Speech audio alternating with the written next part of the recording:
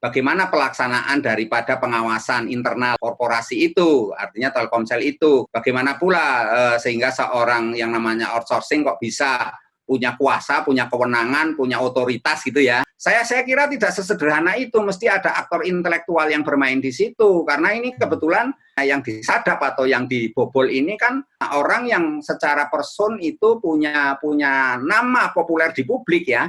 Dan selama ini juga sering menjadi sorotan dari pihak-pihak yang tidak pro pemerintah gitu ya dalam hal ini, karena kebetulan si Denny itu kan dianggapnya selama ini sebagai orang-orang suruhan pemerintah lah gitu ya.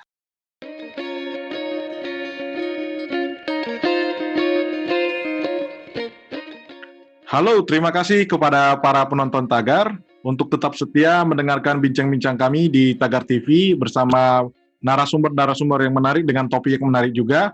Dan kali ini kita akan berdiskusi tentang isu-isu maupun permasalahan yang sedang banyak dibahas juga di media sosial maupun di internet, yaitu apalagi kalau bukan tentang kasus bobolnya data pribadi dari seorang Denny Siregar yang merupakan pelanggan di Telkomsel. Kali ini kita mengundang seorang analis kebijakan publik, Dr. Trubus Rahardiansyah. Halo, apa kabar Pak Trubus?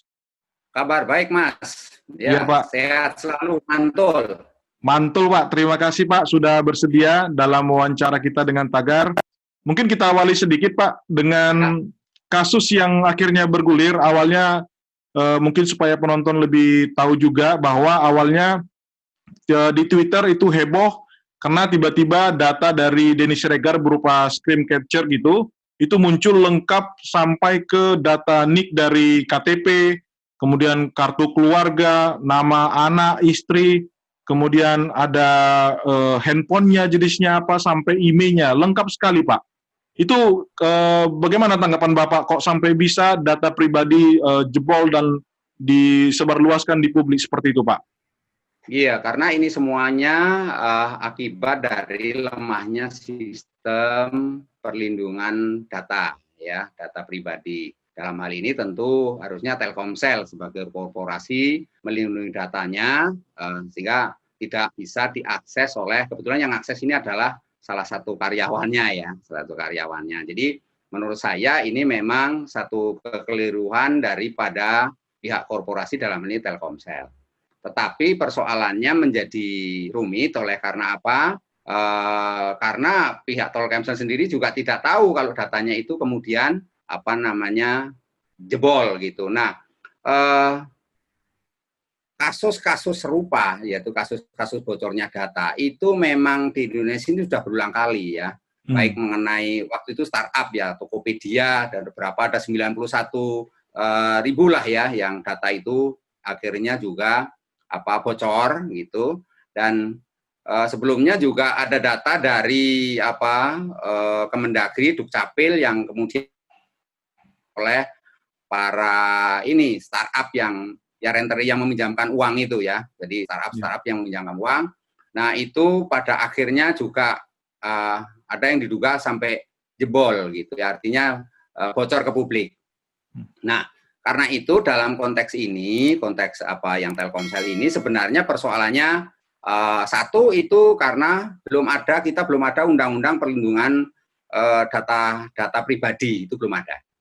Harusnya kita bisa mencontoh atau mencontek di Eropa ya. Di Eropa itu ada, di mana kemudian data pribadi itu bisa mendapatkan perlindungan hukum yang sedemikian ketatnya, jadi tidak semudah orang itu bisa, atau orang lain atau orang-orang yang tidak berkepentingan itu bisa mengakses data itu.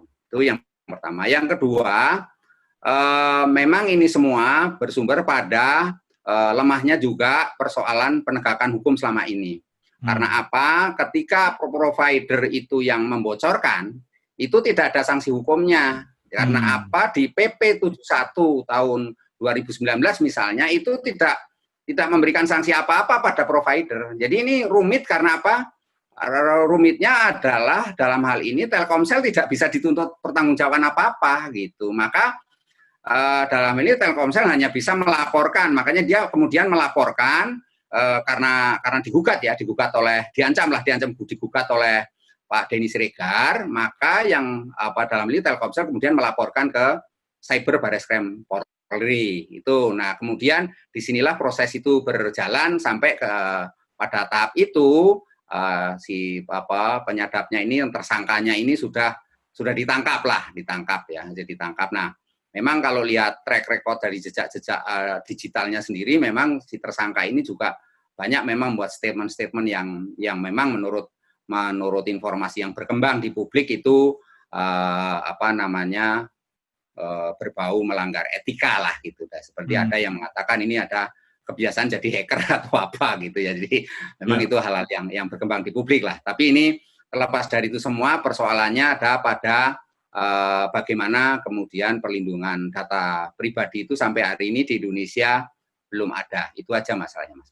Iya, Pak, tapi kan itu kalau tidak salah Telkomsel itu sudah memperoleh ISO 27001 ya, Pak, tentang sistem pengamanan data gitu, Pak. Berarti kalau gitu sertifikasi itu ini dong, Pak.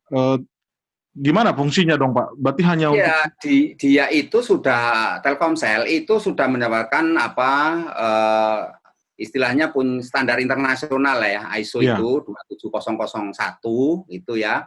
Termasuk juga nasional juga ada gitu ya, sehingga sebenarnya ini tidak ada celah ya, artinya tidak ada alasan juga kemudian data ini bisa bocor. Artinya apa? Artinya Telkomsel ini sebagai korporasi yang kredibel kan, punya kualitas lah dalam hal melindungi soal data. Tetapi pada dalam prakteknya kan karena sesuatu hal entah itu pelanggaran dilakukan oleh katanya karyawannya atau pihak-pihak tertentu yang punya kaitan dengan Telkomsel, ini pada akhirnya kan data itu bocor gitu loh. Nah, tetapi ini kan persoalannya kemudian kita melihatnya secara publik gitu ya, adalah kekhawatiran kita pada data-data yang lain gitu loh. Artinya kasus Denny Siregar ini kan seperti fenomena gunung es kan, artinya ada kemungkinan bocor-bocor yang lain. Kebetulan Pak Denny Siregar ini memang orangnya kritis di medsos kan, sering banyak membuat statement-statement politik lah yang berbau-bau politik, dan kadang-kadang juga ada bau-bau hoax gitu ya kalau bahasa ininya. Tetapi yang menjadi persoalan adalah bahwa kejadian yang tidak terduga dalam hal ini juga Denny Siregar tidak menduga bahwa ada Twitter yang namanya itu akunnya pakai akun opposite gitu ya. Itu ternyata memang berhasil mengunggah data dokumen tentang dirinya ya, sehingga inilah kemudian tentu dia sebagai konsumen ya, sama dengan saya juga sebagai konsumen Telkomsel, tentu ada ketersinggungan, ada rasa marah, ada ini kan gitu ya, ada rasa kecewa juga gitu. Kenapa kemudian data itu bisa bocor atau bisa diketahui oleh pihak lain yang tidak berkepentingan. Nah, inilah kemudian menurut saya sudah dilakukan. Memang ini persoalannya kalau dari kebijakan publik juga menyangkut ke Kementerian Info ya, informatika juga sebagai penanggung jawab keseluruhan provider. Nah, jangan sampai kemudian nanti kejadian di Telkomsel ini juga terjadi di provider lain. Lah ini yang saya khawatirkan di situ, karena apa? Sudah menjadi keumuman di kita itu satu kasus itu kemudian diikuti kasus lain yang muncul belakangan. Nah, ini memang ini belum baru satu, tapi nanti suatu saat akan ada lagi dan berulang itulah. Inilah kemudian persoalannya, kemudian adanya perlunya penegakan hukum. Sayangnya penegakan hukum yang ada di kita itu hanya merujuk pada Undang-Undang ITE, terutama pasal 26 itu. Nah, pasal 26 ITE itu tidak secara tegas memang harus melalui proses peradilan lah artinya gitu. Yang kedua adalah peraturan Meninfo ya nomor 12 tahun 2016 kalau nggak salah itu kan sebenarnya semua provider itu wajib melindungi kerahasiaan konsumennya, kerahasiaan daripada si pemilik itu, pemilik nomor gitulah ya. Apalagi dulu kan ada kewajiban semuanya harus mendaftarkan datanya kepada provider. Nah, dari sinilah kemudian muncul ada dugaan-dugaan kemudian kan pelanggaran-pelanggaran di mana akhirnya data atau dokumen itu, data yang menyangkut pribadi itu akhirnya bisa menyebar ke pihak-pihak yang tidak bertanggung jawab. Itu aja Mas masalahnya. Iya, iya Pak. Memang data yang kita terima juga kan dan sudah disampaikan oleh Bareskrim bahwa pelakunya itu kan katanya pegawai outsourcing di Grapari Telkomsel Rungkut Surabaya atas nama Febriansa Puji Handoko. Jadi, nah ini kan levelnya kan masih level, bahkan outsourcing itu kan bisa dibilang bukan karyawan tetap dari Telkomsel ya Pak. Tapi dia bisa memiliki akses sebesar itu. Berarti artinya ini kan ada yang salah ya Pak dengan sistem, apalagi Telkomsel sebagai salah satu provider yang bisa katakan paling besar sekarang di Indonesia ya Pak. Iya, artinya memang ini kan ada kelemahan sistem di pengawasan internal ya, internal di korporasi Telkomsel. Akhirnya pada tataran seorang pegawai outsourcing atau pegawai kontrak pun bisa mengakses data atau dokumen yang begitu sifatnya sangat private gitu ya. Jadi ini yang menjadikan pertanyaan besar kan sesungguhnya bagaimana pelaksanaan daripada pengawasan internal internal korporasi itu, artinya Telkomsel itu. Kemudian bagaimana pula sehingga seorang yang namanya outsourcing kok bisa punya kuasa, punya kewenangan, punya otoritas gitu ya, artinya kok bisa mengakses data pribadi milik orang lain ya. Nah, karena itu menurut saya ini persoalannya pada otorisasi ya. Otorisasi itu artinya otoritas kewenangan yang diberikan kepada tenaga-tenaga yang kategorinya ada outsourcing ataupun kepada karyawan lain mungkin yang lebih banyak juga kita nggak tahu. Kalau kita membayangkan bahwa tenaga outsourcing saja bisa mengakses data, begitu penting kan? Apalagi kalau itu karyawan-karyawan yang sudah lama, artinya karyawan tetap ataupun yang bukan non outsourcing, berarti kan data-data kita dengan mudah dong diketahui oleh pihak lain. Kalau misalnya di luar konteks hukum tentu ya, kalau misalnya hukum kan memang ada keperluan penyidikan itu bisa data itu atau keperluan yang terkait dengan keamanan negara, misalnya BIN itu bisa mengakses itu di luar memang undang-undangnya ada itu, kita bisa memahami gitu, artinya publik memahami. Cuman persoalannya ketika ini pada tataran individu, hanya seorang karyawan dan sampai bisa mengakses data yang begitu lengkap gitu ya, tidak hanya nama, NIK dan sebagainya, tapi juga termasuk iOS segala, itu kan mengindikasikan memang betapa lemahnya pengawasan di situ gitu loh, betapa hal-hal ini menjadi merugikan konsumennya gitu. Dan yang kedua menurut saya justru ada di situ masalah akuntabilitas publik, Mas. Jadi kalau kita lihat dari sisi transparansinya juga demikian, artinya transparansinya itu di situ ada seorang tenaga outsourcing pun bisa mengakses itu, maka yang muncul kemudian kan akuntabilitas publiknya bagaimana, kan dipertanyakan juga. Nah, pertanggungjawaban publik ini kan menjadi rumit kemudian ketika seseorang yang tadinya ini outsourcing ini ditangkap kan gitu. Nah, kalau dia ditangkap kemudian memang melakukan sendiri gitu ya, maka kejahatan itu menjadi tanggung jawab sendiri. Tapi juga nggak elok kemudian kejahatan itu dibebankan hanya mereka yang melakukan dalamnya seseorang itu. Kalau orang itu kemudian di belakangnya suatu sistem atau ada orang lain yang juga bermain juga kan, ini kan menjadi ada turut sertanya ya, ada pihak-pihak lain yang ikut. Saya kira tidak sesederhana itu, mesti ada aktor intelektual yang bermain di situ, karena ini kebetulan yang yang disadap atau yang dibobol ini kan orang yang secara person itu punya nama populer di publik ya, dan selama ini juga sering menjadi sorotan dari pihak-pihak yang istilahnya tidak pro pemerintah gitu ya dalam ini, karena kebetulan Pak Denny itu kan dianggapnya selama ini sebagai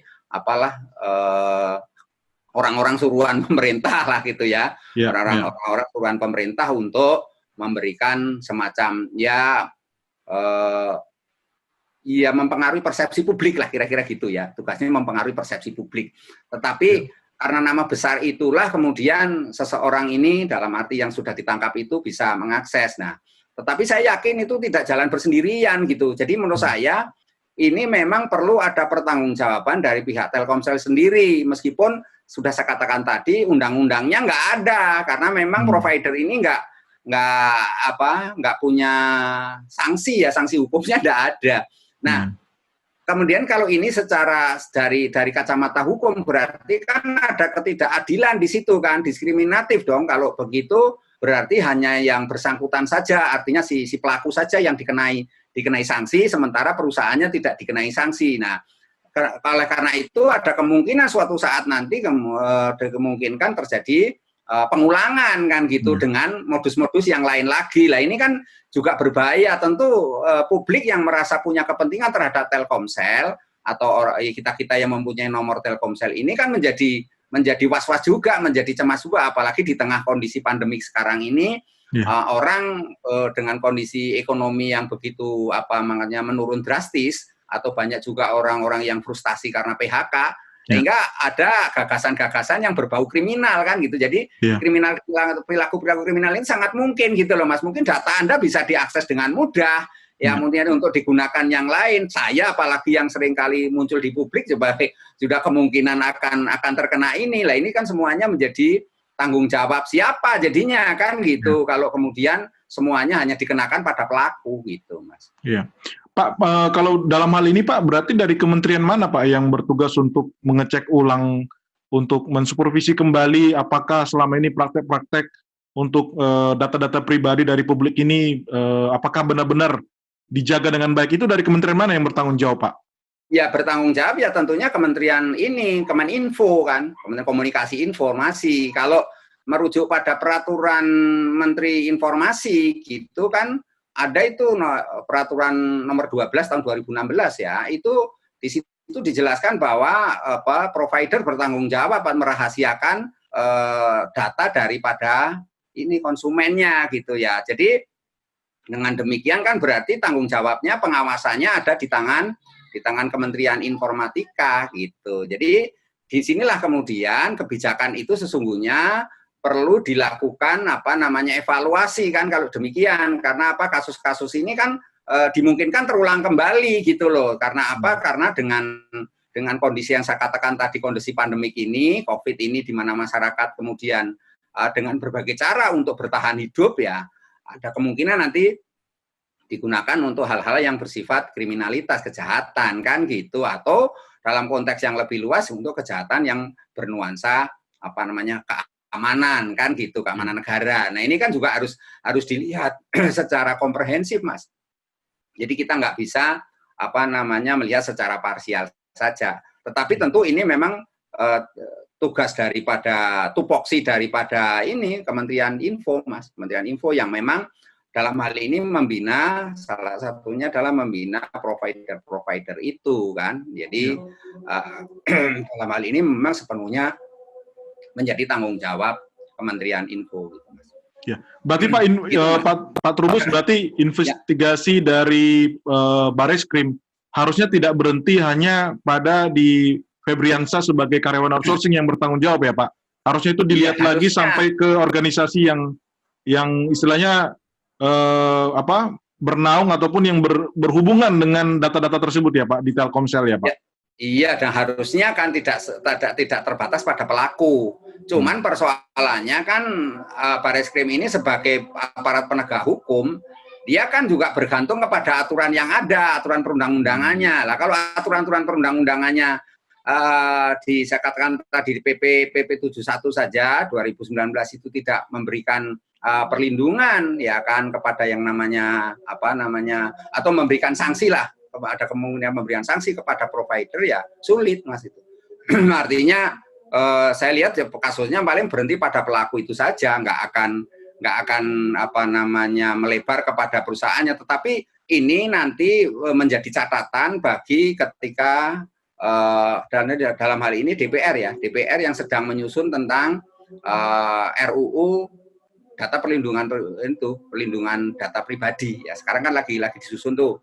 Jadi artinya ini menjadi catatan bahwa nantinya seperti terjadi di Eropa juga itu ya memang harusnya bertanggung jawab gitu. Artinya pihak provider juga bertanggung jawab. Tapi kan in case di Indonesia karena undang-undangnya belum ada, peraturannya belum ada, ya dia akan lolos Mas, karena tentu pihak kepolisian juga akan terbatas pada pada ketentuan aturan main yang ada, begitu Mas. Iya. Berarti Undang-Undang ITE tadi yang Pak Trubus katakan itu lebih kepada mengarah ke Febriansyah ini ya Pak ya, pada pelaku ini ya Pak ya. Jadi nggak bisa ke perusahaannya gitu ya Pak? Nggak bisa, karena dia Undang-Undang ITE ini lebih menekankan kepada perilaku orang per orang, kepada subjek hukum. Meskipun subjek hukumnya itu pengertiannya tidak hanya orang, tapi juga di dalamnya badan hukum. Nah, harusnya provider dalam Telkomsel kan sebagai badan hukum ya. Jadi dia juga harusnya kena, tetapi saya meyakini bahwa selama ini itu yang terjadi adalah cukup di pelaku ini, subjek hukum individu jadinya, orang per orangnya, orang per orang. Karena apa? Karena dianggap itu yang mempunyai hak dan kewajiban, di mana kemudian si pelaku ini punya tanggung jawab, gitu aja Mas. Tapi memang kalau kita mau bicara ideal, di pasal 26 itu harusnya bisa berlaku pula untuk provider tadi gitu. Jadi tidak semata-mata pada pelakunya. Tapi saya nggak yakin juga, karena memang selama ini kita belum punya pengalaman kemudian pengalaman kemudian memberikan sanksi kepada provider-provider atau perusahaan-perusahaan yang kategorinya melakukan pelanggaran jenis itu ya, jenis-jenis data. Karena kalau pengalaman kemarin misalnya Tokopedia juga nggak ada sanksi apa-apa Mas gitu ya, yang dilakukan itu. Jadi artinya ya segalanya terus akhirnya yang menguap begitu saja gitu ya. Artinya sudah cukup pada pelakunya, ketika pelakunya sudah ditangkap ya masalahnya selesai gitu Mas. Ya. Ya, Pak Trubus sebagai pengurus dari Asosiasi Analis Kebijakan Indonesia, Pak, mengenai rancangan undang-undang yang sekarang sedang digodok oleh DPR tentang perlindungan data pribadi ini, apakah ada ini Pak, mungkin sedikit bocoran apa yang menjadi penekanan sehingga nantinya ke depannya hal-hal seperti ini tidak terjadi lagi, Pak? Iya, menurut saya yang saya tahu dari RUU itu intinya bagaimana dokumen itu betul-betul dokumen data pribadi ya, maksud saya dokumen data pribadi itu betul-betul terlindungi, baik untuk kepentingan sifatnya perorangan maupun sifatnya untuk berbadan hukum ya. Tetapi memang ada pengecualian khusus yang kaitan dengan ini kepentingan penyidikan ya, itu kepentingan untuk aparat penegak hukum, juga yang terkait dengan itu keamanan negara, dalam hal ini BIN lah tentunya. Nah, jadi menurut saya memang yang saya lihat di RUU itu isinya lebih menekankan bagaimana data itu jangan sampai istilahnya ditransmisikan ke orang lain, ke pihak-pihak lain, ditransmisikan itu dibagi-bagikan, disebarkan di ini, itu nggak bisa. Jadi itu termasuk pelanggaran. Kemudian data itu juga nggak bisa sama sekali diakses oleh orang lain, Mas.